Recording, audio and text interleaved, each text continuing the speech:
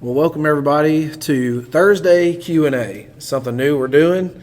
It's going to be students basically asking questions. We're taking in questions, and I'm going to try to bring in a student each week to ask these questions. Today I've got Mr. George Purvis with me, and I appreciate you being here today. You excited about this? I'm extremely excited. I finally woke up, so I think it'll be good. Finally woke up. The Red Bull finally kicked in. Yes, huh? it did. Well, that's good. Well, we've got some questions here, and George, if you don't mind, get us started, brother. Our first question of the day is by Amy Lane, and she said, "How do we get the Bible as we have it today?"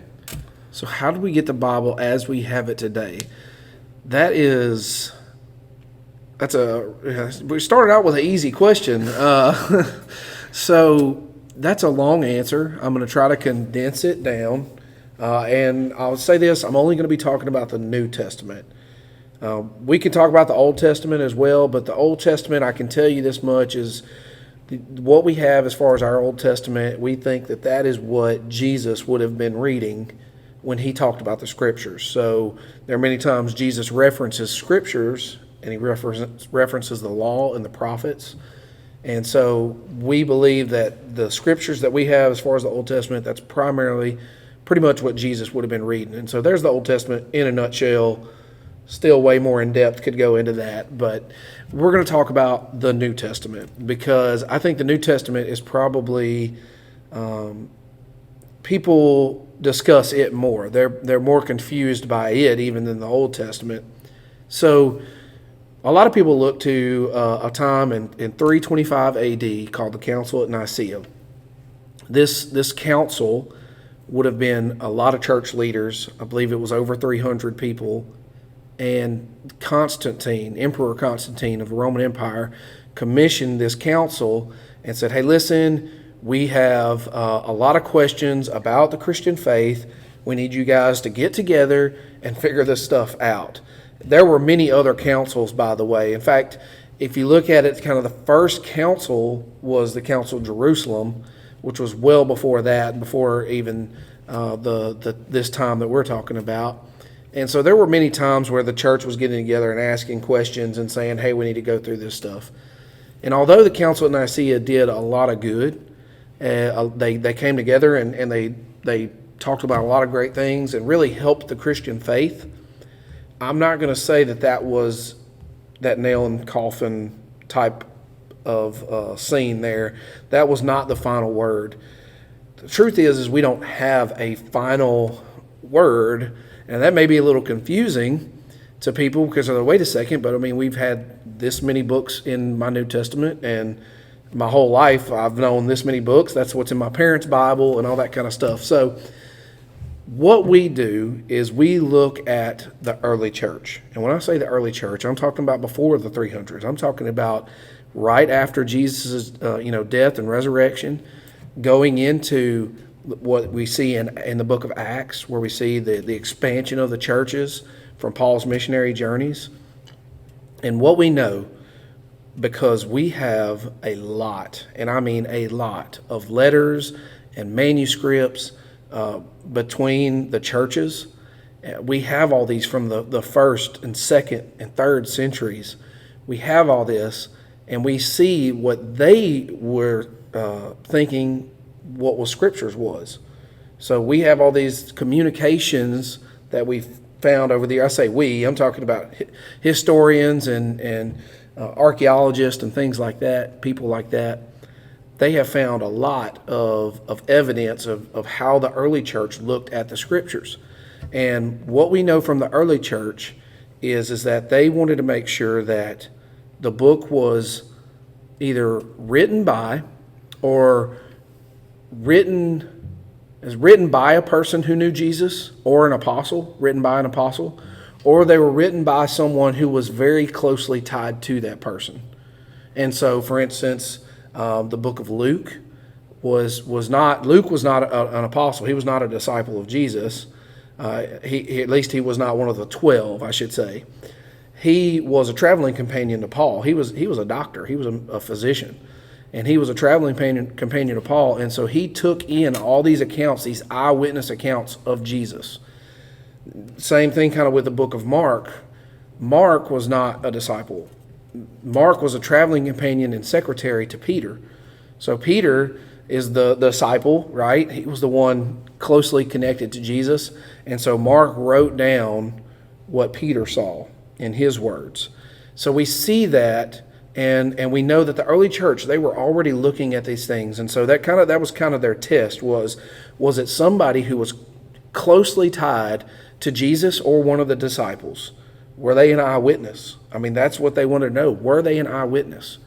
And so we have that, and also when it was written was a big thing, because when you look at all the books that we have in our New Testament, then we have most of the books being written between 50 and 60 AD, and then at the very latest would have been like the book of John, the book of Revelation, and the letters of John, all those being written by John, the disciple of Jesus, written in somewhere in the 90s AD.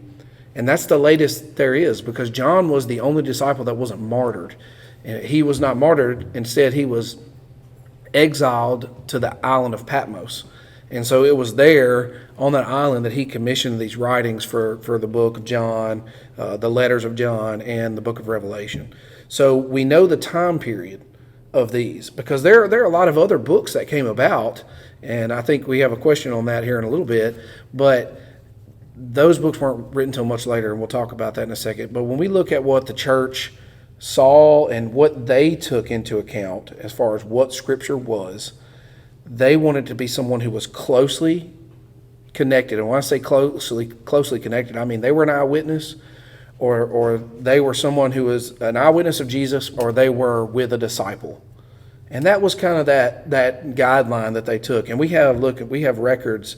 Probably the earliest record of what we have as our 27 books in the New Testament was a letter from Anastasius of Alexandria.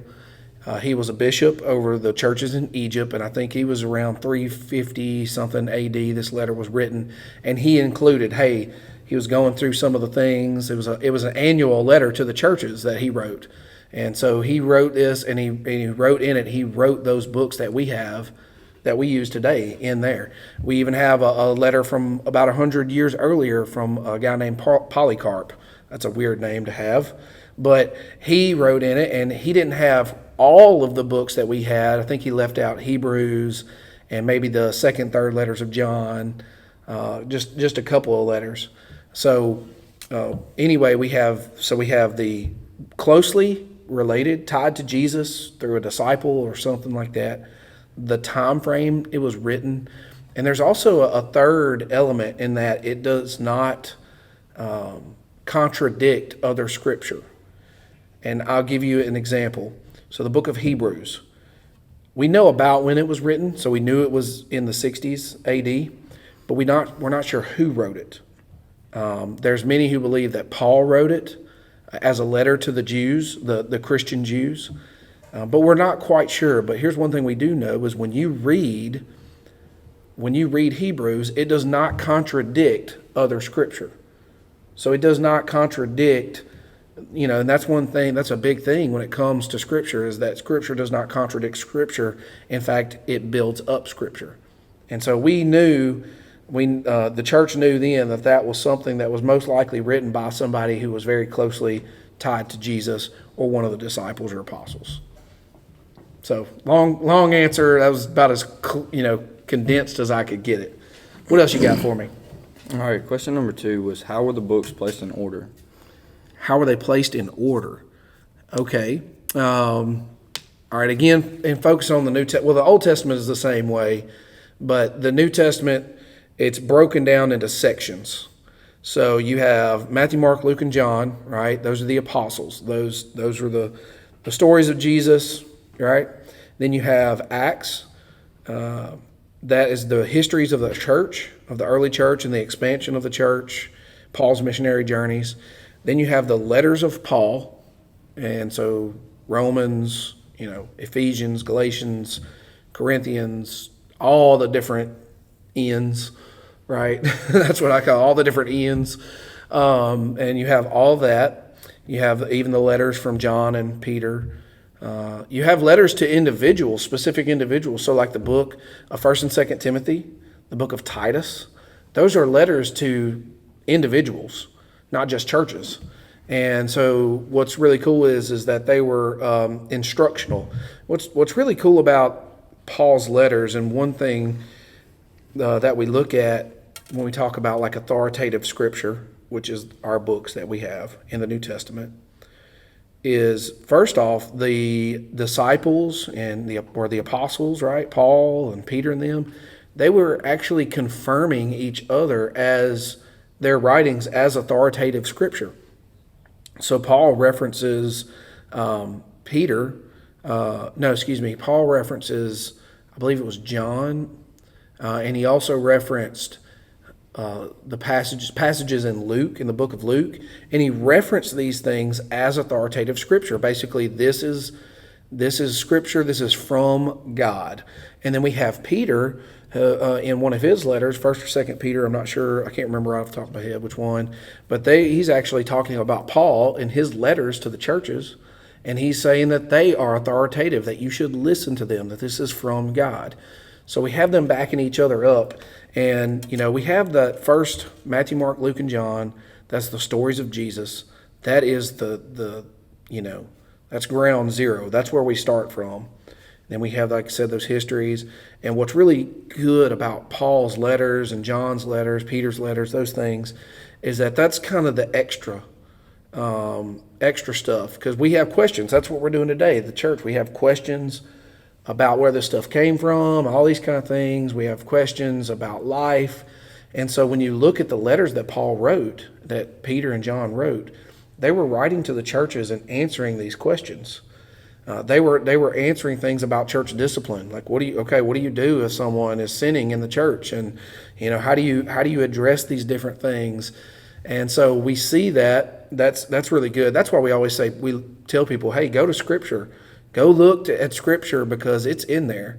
And so we have a lot of cool stuff coming from Scripture. Obviously, the last part of that is Revelations. That's talking about the future. And we have a really neat setup and how it was set up. Now, who set it up? We're not really sure. That's not really known. But it's really neat setup. And listen, you can go look at it in chronological order. Some Bibles have it in their Bible that you could have kind of a reading plan. But there are Bibles that you can get that are written in chronological order. And in fact, if you didn't know this, that if you did it in chronological order, the first book you would start with in the Old Testament would actually be Job. And Job is the is the oldest manuscript, I should say, that we have. So, but that's how the books are placed, Question number 3. Well, what are the lost gospels? Okay, the lost gospels. You didn't know anything about the lost gospels before today, did you? I did not.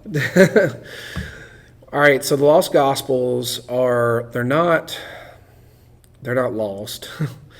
They were just referred to as lost, and that they weren't found until much, much later. Remember, we have manuscripts of our New Testament going back all the way to the early church. I mean, there are literally thousands of manuscripts, and there are thousands of pieces of manuscripts that they were able to piece together, all coming from like 1st, 2nd century AD. And these lost gospels, there's a couple of things wrong with them. And I'll just give you a couple of examples. There's a gospel of Judas, like Judas Iscariot, and it portrays him as a hero instead of a villain, the one that betrayed Jesus, right? There's gospel of Mary. There's the infancy gospel of Jesus, which shows Jesus like in his early years as a child, and him basically doing miracles that benefited him, which we know is not the way Jesus does things. He was always about other people. And so that's what we have. We have a couple of things that were wrong with these gospels, quote unquote gospels. One thing we know is that they were written much later. They were written somewhere 250 AD onward. all the way up to like 500 AD. So we know for a fact these Gospels were not written by anyone who was tied to Jesus. They were not written by anyone who was tied to a disciple. They would have been long gone by now. I mean, they're long dead and gone. And so we know that much. The second thing, and again, this ties to what the early church considered authoritative scripture. The second thing was that many of these Gospels, again, quote unquote Gospels, contradict scripture. So that Gospel of Judas portrays him as this hero, that he had to do what he had to do for Jesus and all this stuff. And it's not what is said in the New Testament that we have. We know that Judas was selfish. We knew that he betrayed Jesus. There was nothing heroic about it, even though it did have to happen. It did. I mean, it was said in Scripture. This had to happen. So it contradicts Scripture. Not all of them do. Now, I want to say that. There are some that, and again, I don't consider them any kind of gospel or authoritative Scripture. But there are some you read and you would read and say, well, there's nothing necessarily wrong with that. There's, it doesn't contradict Scripture, and it's almost like reading any kind of book today that someone might write on a particular passage of Scripture, just kind of expounding upon something.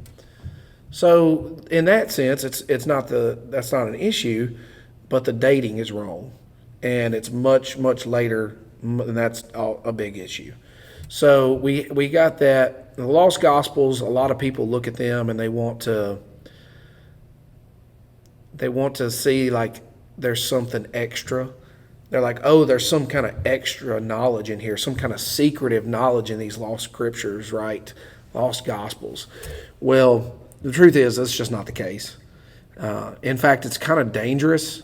It's very dangerous. I wouldn't even say kind of dangerous to look at these lost Gospels and try to consider them Scripture, because again, there's many times where they contradict not only themselves but also the Scriptures that we have, and that was a big deal for the early church. We know through what we read between the letters and stuff of the early church that they were very conscious about what was authoritative Scripture, what books needed to be read, kind of thing.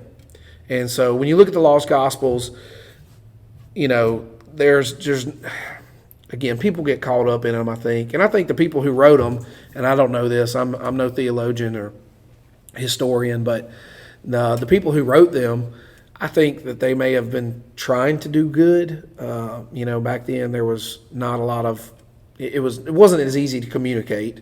They didn't have cell phones, and if you wrote a letter back then, you didn't even know if it was going to get to where it was going.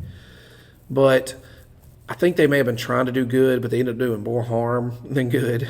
So one of those things about the lost Gospels is just, it's something you don't even have to worry about, because it's not, we know for sure that was not written by anyone that was tied to Jesus or any disciple. It was not even close to being written at the right times. There's like 25 of them. There's like 25 lost Gospels, and again, they're all, it's all a bunch of garbage, if you ask my opinion. A bunch of nonsense. So I think that's all we got for today as far as question wise. And George, thank you for coming and being with us, and thank you for students for joining in with us. And if you've got questions, you can message those to me, and we'll go through them on Thursdays. So thank you.